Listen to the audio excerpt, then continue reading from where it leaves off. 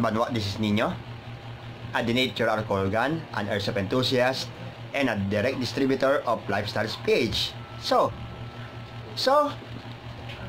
hindi, ngayong nagsimula na ang Rebels PH expansion, hindi pa ako nakakapagsimula ng part 1 hanggang part 4 episodes, month-long episodes sa ngayong September na to. May buhay na, sabi ko nga sa iyo nung nakaraan, may buhay naman, may unexpected na darating ng Rebels Expansion special episodes. So, eto muna. Sisimulan muna natin ang panibago nating special episode sa Rebels Expansion, pero bago lahat, ilang shoutouts na naman po ang ilalathala natin sa screen. So, sit back, relax, and enjoy the show. God bless.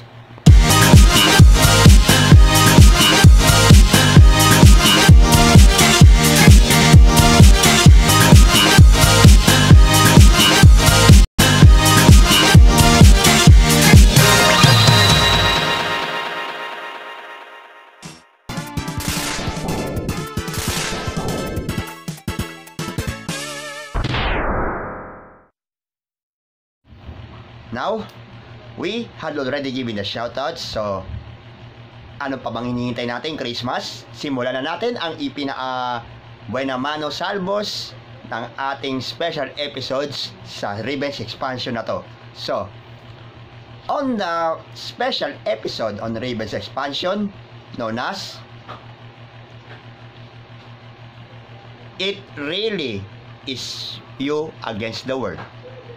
Oh. So yun na nga. Ba't ko ba sinabing gano'n ng It Really Is You Against the World? Bakit? Hango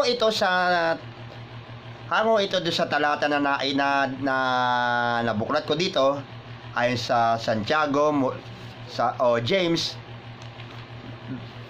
verse 4 1 hanggang 12. Tama, hanggang 4:1:12 ng James o Santiago. So ang title natin dito, so ibig sabihin, kaaway ng Panginoon ang kaibigan ng sanlibutan. So ito na yun. So baka isipin nila ng mga kamonggos natin, ng mga sumusubaybay sa akin, ba't puros pagiganti, puros mga bagay na mga peret, pues hindi sa lahat yan. Pero nandito sa talata ng Biblia na isi-share ko sa iyo ngayong araw na to. So ito, ang title natin, Kaaway ng Diyos ang kaibigan ng sanlibutan. Oh, ito. Dito natin makikita natin kung anong naalagay sa banal aklat na to. Ito. Ano ang pinagmumulan ng inyong alitan at paglalaban-laban? Hindi ba't ang mga masasamang nasa sa mga namumugad sa kalooban ng bawat isa sa inyo at pawang magkakalaban-laban? Ayun. Ibig sabihin yan, yung mga masamang gawi o yung evil machinations, your sins and atrocities na namumuo sa pag-iisip mo sa bawat isa sa atin, yung lumalabas sa pagiging toxic. So yun. Mayroon kayong pinakamimithi, ngunit hindi niyo kayang makamtan. Kaya't ang gagawin nyo lang, papatay kayo. Kung kinakailangan, mapasayo lamang nga ito. Kadalasan marami na nang gagawin niya para lang yung i-explain ko yung sinabi dito na nakalagay dito na kaya't papatay kayo kung kinakailangan, mapasayo lamang. Para bang ang nangyayari sa pelikula, parang by hook or by crook. Di ba? Sounds intimidating talagang ibig sabihin nun, alam mo kung tutusin, hindi magandang hindi magandang mindset sa mga ginagawa ng tao yan, yung tinatawag natin coercion, intimidation, compare sa isang individual na para matakot ng mga tinatawag nating mga abusado. So tuloy na tayo dito sa talata na to. Dahil sa inyong pag-iimbot na sa mga bagay na hindi sa inyo, ayan, kayo'y magkaagalit-galit at naglalaban-laban. Yan ang pinakamasakit dun. Nang hindi, sa sobrang sinop mo, pati gamit ng iba, nasisimnot mo. Kaya nangyayari sa inyo, nagkaaway-away kayo. Kulang na lang magsagawa kayo ng Royal Rumble eh.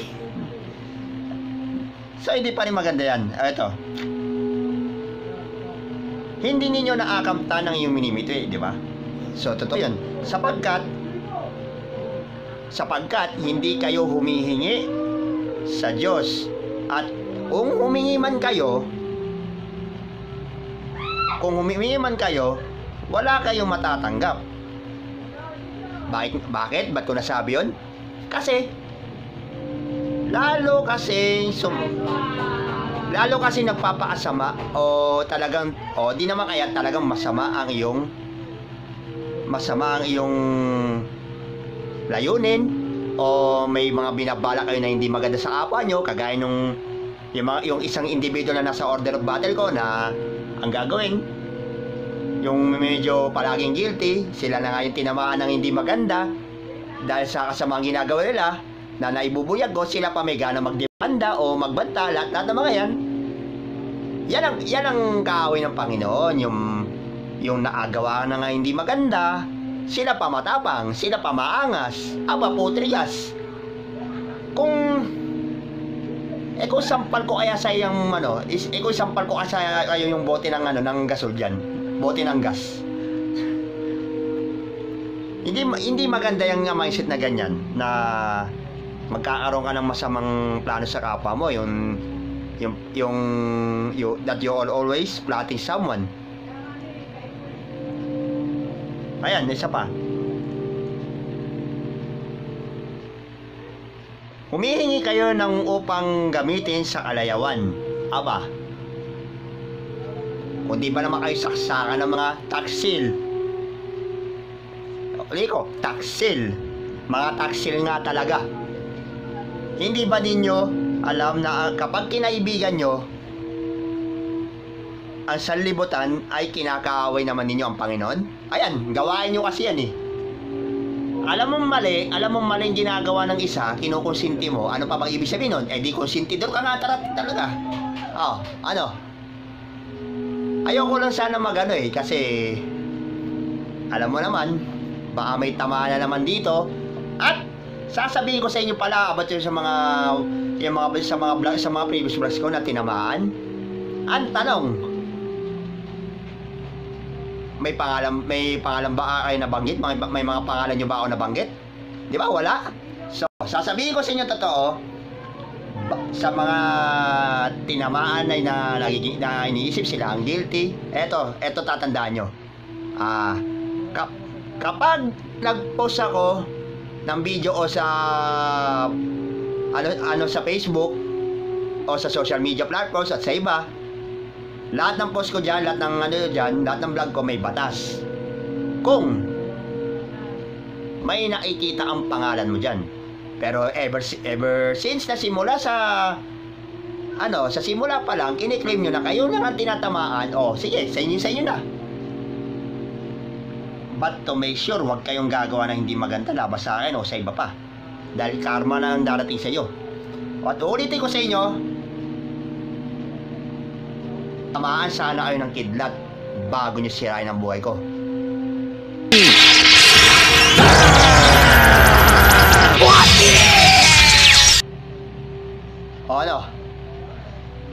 Tamaan ka sana ng kidlat sa mga pinaggagawa mo na hindi maganda sa kapwa mo. Tapos, tuloy na tayo dito. Kaya't sino mang magnanais na maging kaibigan ng sanlibutan ay kaaway ng Diyos. I repeat, kung sino man sa inyo na gusto nyo maipagkaibigan sa mga taga-sanlibutan na to, baka nakakalimutan nyo, kalaban kayo ng Panginoon.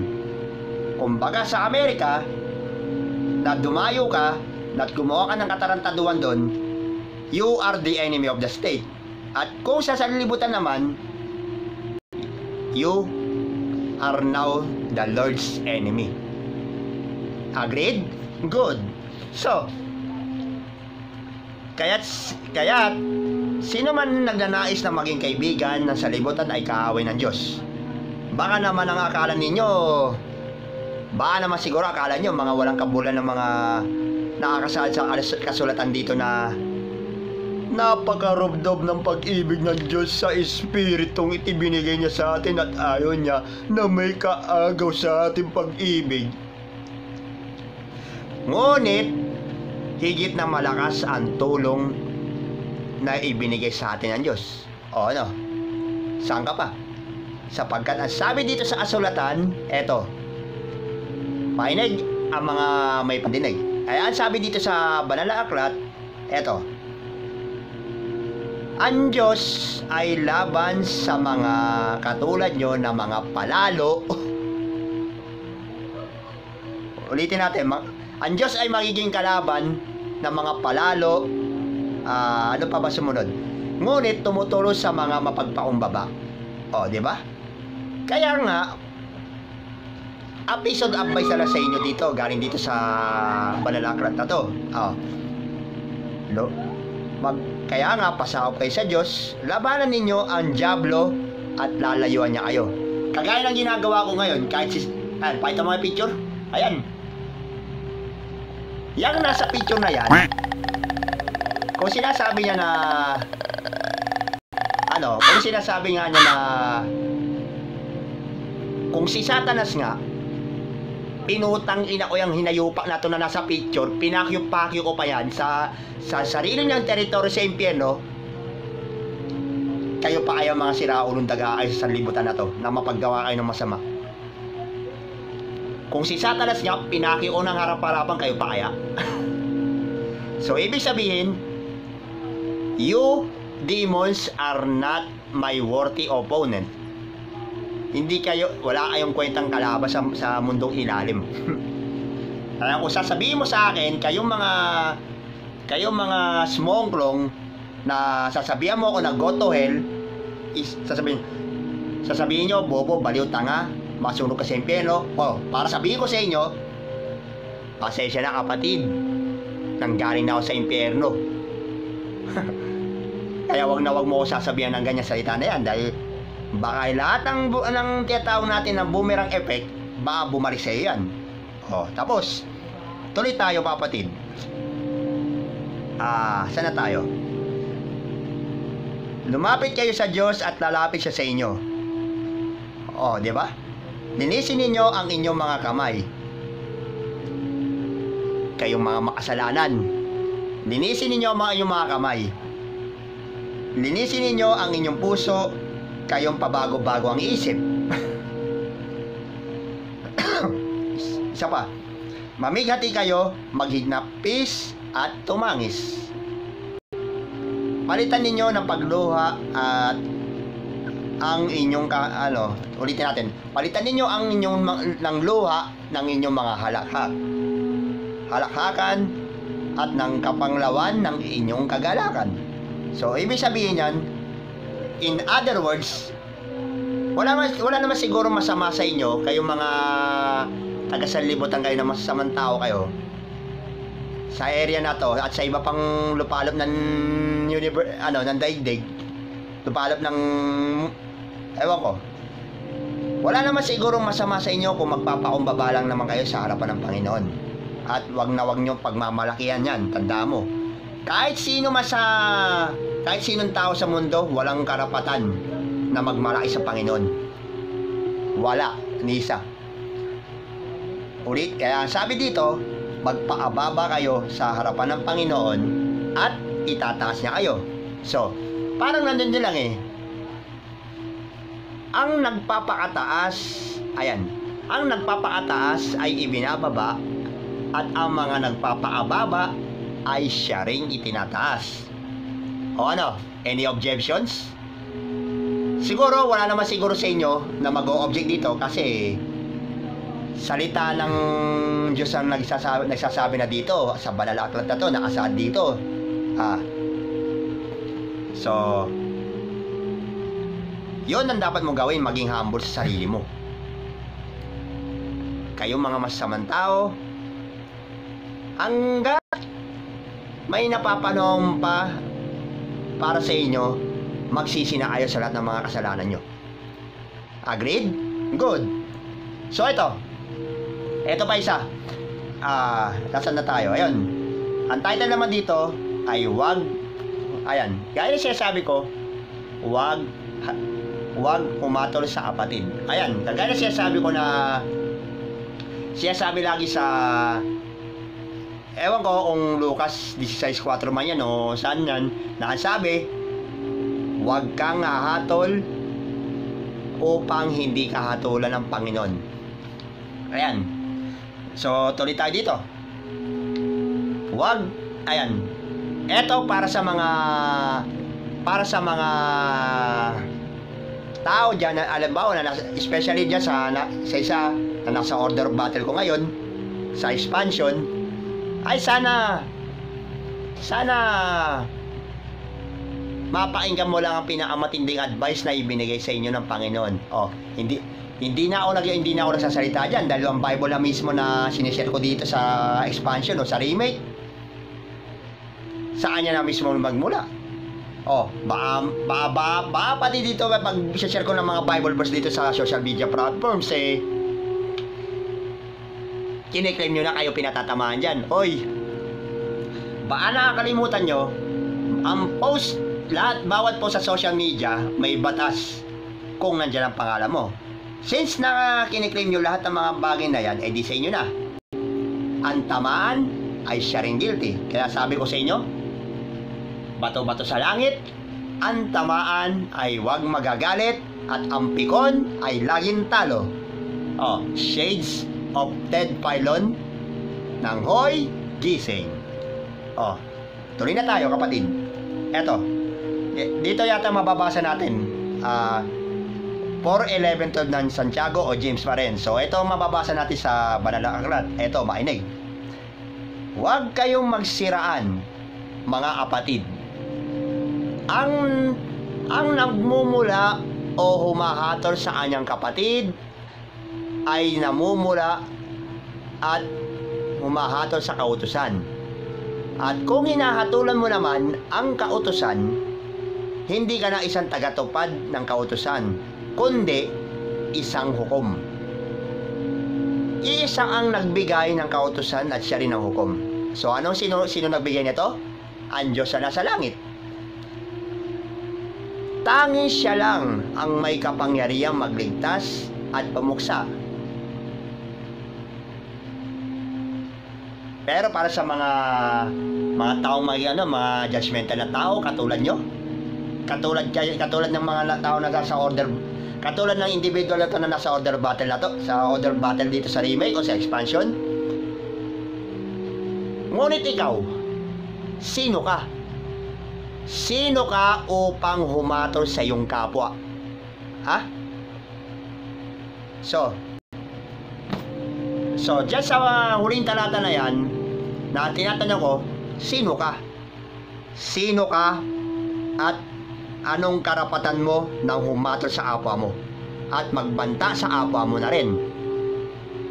Na kayo mismo na naagawa ng hindi maganda sa kapwa mo, kayo pa rin na may ganang magdemanda, magbanta at gumawa ng mag-react ng hindi babaliktarin mo sitwasyon. Ano ka? Hoy, Mongoloid, sumosobra ka na ata. Baka nakakalimutan mo. Hindi puros pagkaamali ko lang tinitingnan, nakikita mo sa akin. May pagkaamali ka rin na dapat mo tinas sa sarili mo. Kaya sinasabi ko sa inyo, yang muta mo na yan, tanggalin mo yan sa sarili mo bago mo tanggalin ang muta ng iba. Pero kung ganyan din lang kung ganyan ang klase pag-iisip na ginagawa mo sa kapwa mo, na hahatulan mo ang kapwa mo, hanapan mo na pagkaamali, ang gagawin mo, uudyukan mo para ma-frame up mo isang tao, yung utak mo na yan, kasing kitid lamang ng hibla ng buhok o ng molecule ng pag-iisip mo. So, in other words, utak mo may ubo.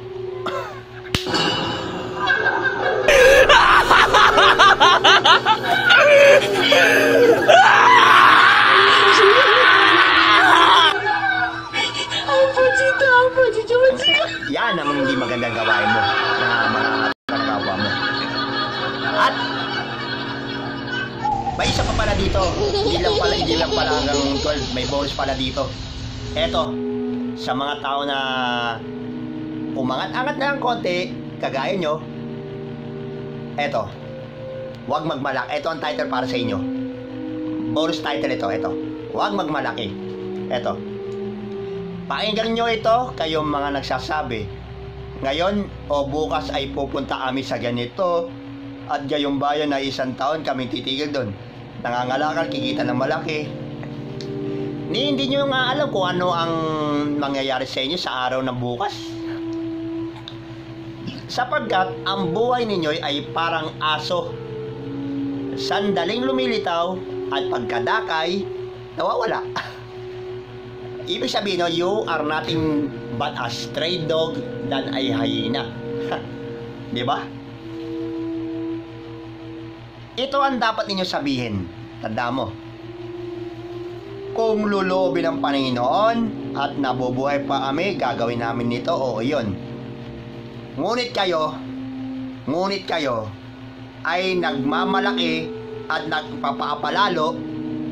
Aba, masama yan. Ang nakakaalam ng mabuti na dapat niyang gawin, ngunit hindi niya ito ginagawa, ay nagkakasala. Kagaya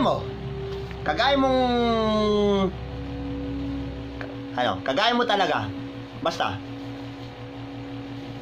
you are nothing but a bunch of windbags around there in my area. Na akala mo kung sino, manghahatol ka, magbabanta ka, at gagawa mo, uudyokan mo ako na para magalit ako. Alam ko na yung mga galawan yung mga ganyan. Simula nung high school, alam ko na yung mga ganyan. Paano ko maipagharap sa isang tao. Pues, kung sinasabi mo na yung ginagawa ko dito sa pagbablog ko, yung mga pinupost ko sa Facebook o sa iba pang mga social media platforms, kung sasabihin mong pagka-toxic, palibasa kasi dinedebang ko lahat ng mga mali nyong gawain dito. Lahat ng maling gawin nyo sa apa nyo. Kaya lahat ng bagay sa mundo ay na pag hindi maganda na nakikita ko, dinedebang ko lahat. Kaya mo. Kay Como na umangat-angat ka ng konti, naging establishado na ang pamumuhay nyo, at yung iba sa inyo, dinadown nyo. Ginagawa nyo, uudyukan nyo, tapos pag nagalit ang tao sa inyo, tapos tapos kayo, pabalitan nyo lahat ng mga bagay, pagmumukha mo masama yung taong prinubok ninyo. So, ibig ko sabihin, kayo mismo nagmumula na lahat ng mga kabuktutan mo dito na masyado ang mapanghusgang tao, ikaw yung gumawa ng masama, ikaw yung nagbabanta. Aba, masyado kang na yung tinatawag natin na namemerso na lahat, pati lahat ng trabaho, pati lahat ng mga nandiyan sa, alam mo, nasa workplace, tapos pag may isang dyan na may personal, hindi maganda ginagawa mo sa apa mo na yan, dahil akala mo, ikaw mo nasa may mataas na posisyon, o kung tapos magmamalaki ka, nangagrabyado ka ng apa mo. Oy, for your information, yung posisyon mo na yan, na nakakamit mo, ay hindi pa rin yung grounds para mang-agrabyado ka ng kapwa mo. O hindi maganda yan. At saka yung gagawa mo ng istorya, gagawa mo ng kasinungalingan, aba, tapos sasabihin mo, pag alam nang hindi mo kaya na, pag alam nang natalbo ang ganang santun, tapos sasabihin mo, magpaano ka sa psychiatrist,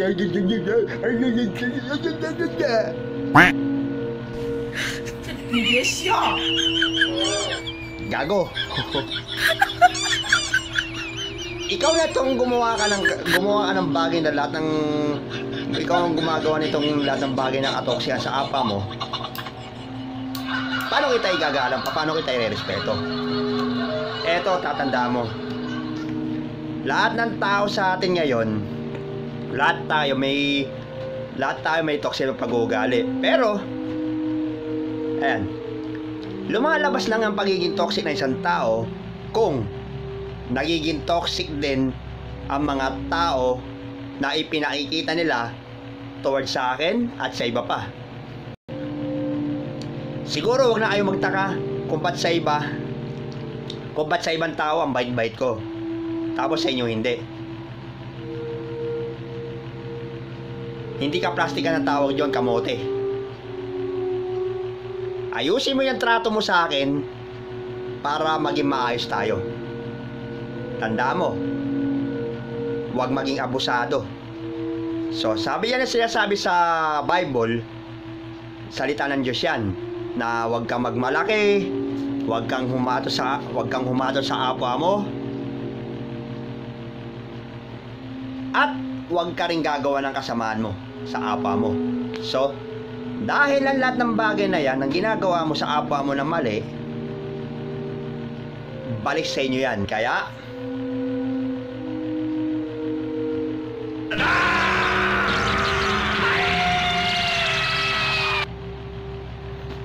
hindi maganda yan.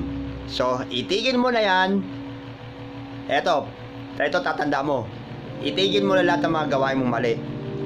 Pero kung ikaw, matigas pa rin ang pagmumukha mo ng